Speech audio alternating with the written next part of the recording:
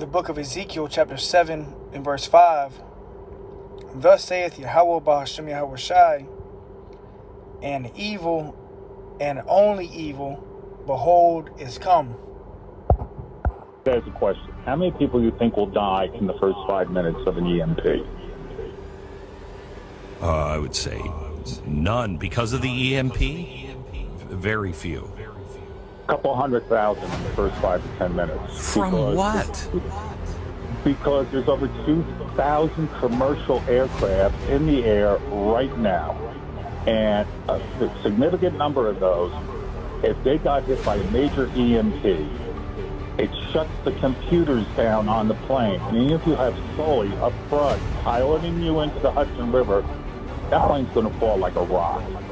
So a couple 100,000 within minutes.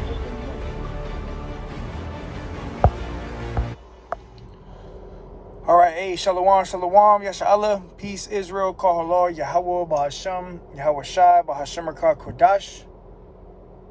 It's the brother of Baal Gabar from the Camp Prophets in Babylon, Tampa, Florida. Double honors to the elders and apostles of the great millstone who do indeed teach Ruel. Peace and infinite salutations to the elect that are scattered abroad doing this work in truth and in sincerity. All right, I'm going to play this video back one more time.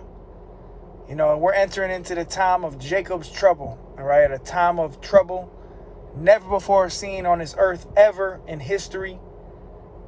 You know, Bible prophecy is unfolding before our very eyes, you know, and you've been hearing a lot of talks of EMPs, cyber attacks, things of that nature.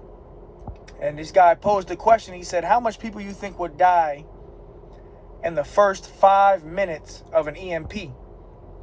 And, you know, the other guy was like, you know, not many, you know, close to none. You know, from the EMP blast itself, none. But then when you logically think about this thing, if an EMP were to take place, which, you know, we don't know what's going to happen, but we know that we're entering into the time of trouble. All right. And it is a possibility, man. You know, that if an EMP did take place, he said that hundreds of thousands, you know, a couple 100,000 would die within the first 5 minutes. Okay? Because you have all the commercial planes, man. Think about all the planes that are in the air right now as we speak. Well, if an EMP were to happen right now, all those planes is falling out of the sky. Okay? And they hitting wherever they hit. So it's going to be a time of trouble like never before seen on this earth. Hey, and Richard Perez, man, you got to keep that name off the comment board, man. His name is Yahweh. His son's name is Yahweh Shai, man. You gotta praise the name, man. His name ain't JC. His name ain't Jesus Christ. His name is Yahweh Bahashem Yahweh Shai, man. You cannot be saved without those names. And actually, I'm gonna go there real quick for edification.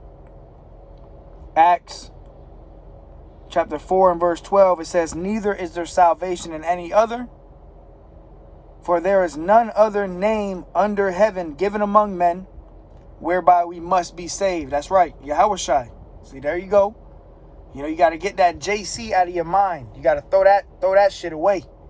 That's not his name. When the Lord come back, when the missile's on the way, you can't be saying JC. He ain't gonna save you, man. You know, and it's no hard feelings at the end of the day. You know, we all learning, but at the same time, hey, we entering into the time of trouble. The scriptures say the elect shall praise his holy name. Grab that real quick and we're going to get to the lesson. Sirach 17 and 10, it says, in the elect, you want to be the elect? And the elect shall praise his holy name. His holy name. Holy means separate. All right. And the name that was given among men is Yahweh Bahashem Yahweh Shai.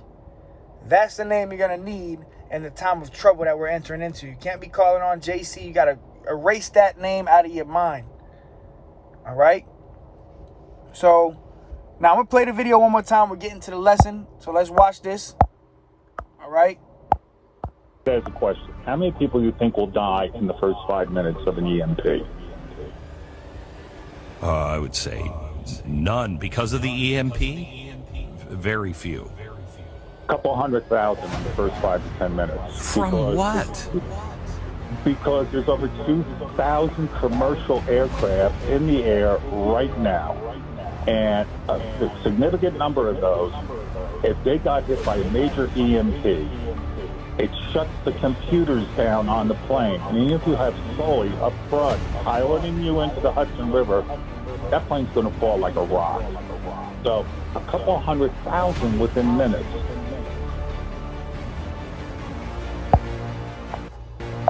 EMP, very. A couple 100,000 within minutes. If this place got hit with an EMP, over 2,000 commercial planes in the air right now as we speak, they would all go tumbling to the ground. That's in the first 5 minutes. Not to mention, there would be no more medicine being delivered. All the cars would not work. There would be no electricity. And, you know, this is a likely, you know, because we're entering into the time of Jacob's trouble, which is the worst time in biblical history. So, you know, the things we talk about, you know, EMPs, you know, there was talks of a zombie apocalypse. It's not far-fetched, you know, because we're entering into the worst time in history, man. All right? Daniel 12:1, it says, and at that time shall Michael stand up. Michael the archangel is going to be on the scene. It says, the great prince which standeth for the children of thy people, and there shall be a time of trouble, such as never was since there was a nation, even to that same time. So there's going to be a time of trouble never before seen on this earth. A time of trouble, and that's the time we entering into. Every day that goes by, we're one day closer to Jacob's trouble. And if this place got hit with an EMP, a couple 100,000 dead within minutes. Ain't gonna be no more food. Everything's gonna be shut down. No more electricity, no more running water. You know, hey, and this is what's gonna happen no matter what. America is done. All right, this place is finished. You know, however it takes place, America's done. All right, Jacob's trouble is going to happen. There's going to be a lot of bloodshed. You know, the first scripture I opened up with was at Ezekiel. A time of trouble. You know, and evil and only evil, behold, is come. You're going to look, everywhere you look, it's going to be death. All right? 1,000 at that one side, 10,000 at the other side, man. Dead bodies everywhere, man. The judgment of Yahweh Ba'ashem Yahweh Shai. The fierce anger. Everybody about to, hey, man. You about to see what the Lord really about, man. It says, and at that time thy people shall be delivered, every one that shall be found written in the book. So, you know, we talk about the destruction, but on the other hand of that, you have deliverance. All right, the elect will be delivered from this time of trouble. There will be great deliverance coming to the elect of the nation of Israel, man. All right, the scriptures say, my servants shall eat, but you shall be hungry. And famine he shall redeem thee from death. See, these things are about to take place on this earth, man. But if you've been doing what you're supposed to be doing, the Lord is going to be on your side. But for majority of our people, majority of the Israelites, you so-called Negroes, Latinos, and Native Americans, you've been taking the truth lightly. You know, you mock the messengers of the Most High. You thought to scoff and mock the name of Yahweh Ba'ashem Yahweh Shai. Hey, the Lord got something for your ass, man. When the lights go out, you know, hey, call on JC. See if Cesare Borgia coming to save you, man. See if JC can save you, because, man, we entering into that time of trouble, man. All right, people going to be starving to death. Let me grab this. Going to be killing each other, rising up against each other. You know, money's going to be valueless. You're going to have the charagma to buy and sell. Gonna have cannibalism. People gonna be eating each other, man. First 5 minutes of an EMP, a couple 100,000 dead. Just from the planes falling out of the sky. Psalms 91 and 7. It says, 1,000 shall fall at thy side, and 10,000 at thy right hand, but it shall not come nigh thee. So you're going to have thousands of people dying, man. Hundreds of thousands of people dying in mass numbers, man. People thought that the C-19 was bad. People thought that, you know, the people dying from the Yab, you thought that was bad. Wait until you see what the Lord really about to do to this place, man. You know, even when the C-19 happened, you wasn't seeing people drop dead in front of you. We about to see people drop dead, man. You know, mass people dying, bloodshed, people killing one another, rising up against each other because there's a lack of food. If an EMP were to hit, you know, all the lights out, so you gotta survive on what you have at your house, and even all the food you have at your house. If you got a freezer full of food, you gonna have to cook it all, you know. And how are you gonna cook it if the stove don't work? You have to make a fire, you know, because you know that food is gonna go bad because the freezer gonna be out, everything gonna be out. And then what? Once people run out of food, they're going to resort to cannibalism, man. They're going to start eating each other. You know? This is the time we coming into, man. This is 2nd Ezra's chapter 15 and verse 14. It says, "Woe to the world and them that dwell therein." And woe means great death and destruction, man, to this world. That's what's coming. There's no way around the time of Jacob's trouble, the time of trouble that's coming upon this earth, man. Woe to the world and them that dwell therein. For the sword and their destruction draweth nigh, and one people shall stand up and fight against another, and swords in their hands. You're going to have civil wars. The civilians going to be at war with each other. You got martial law declared. You're going to have the military out here gunning people down. And the modern day sword is that gun, man. So people going to be standing up against each other with guns in their hands, man. Ready to take what you have because they don't got it. See, the reason why people are so at bay or so at ease right now, you know, everything's going normal, is because they got a full stomach. They done ate breakfast, lunch, and dinner today. Wait until these people haven't eaten in 4 or 5 days. You're going to see these demons show out, man.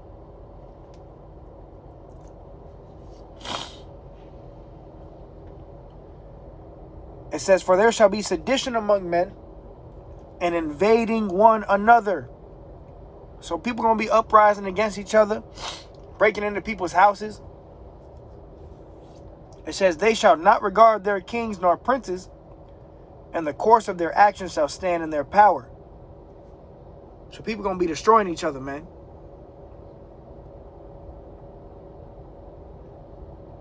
It says, "A man shall desire to go into a city and shall not be able." So people going to be trying to get into different cities. They're going to have military blockades, military checkpoints. It says, "For because of their pride, the city shall be troubled, and the houses shall be destroyed, and men shall be afraid." Right, and this is the city of pride, man. They got a whole thing called Pride Month, and the Lord hates pride, man. So the Lord about to judge this place tremendously, with a tremendous judgment, man. They ain't gonna have no pity on your neighbor, your next door neighbor that you done knew for 10 years. Every time you went to go get the mail, he was out there. You say, hey, you wave your hand, he waves his hand. Hey, they gonna be at each other's neck, man, killing each other.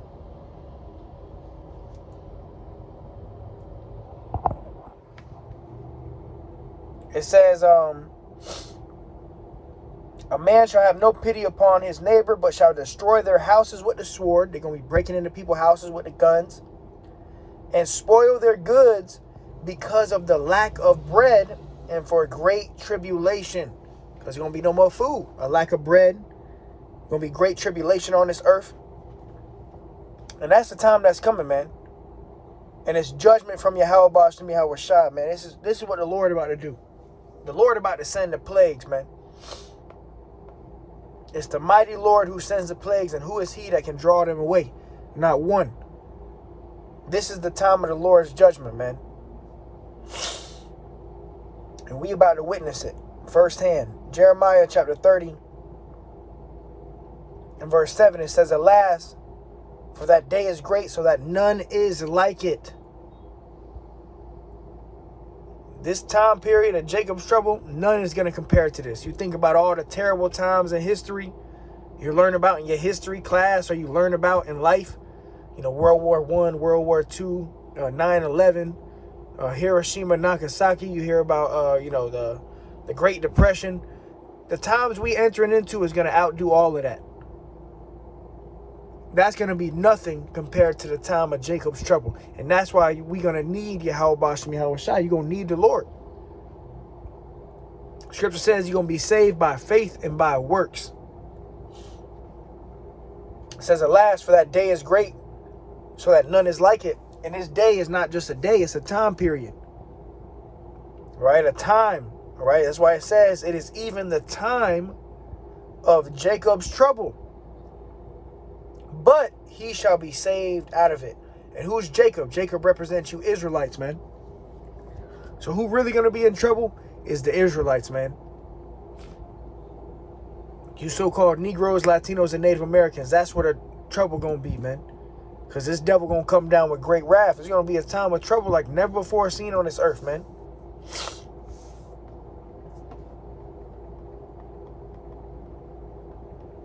And that's what it's called, Jacob's trouble, man. Matthew 24.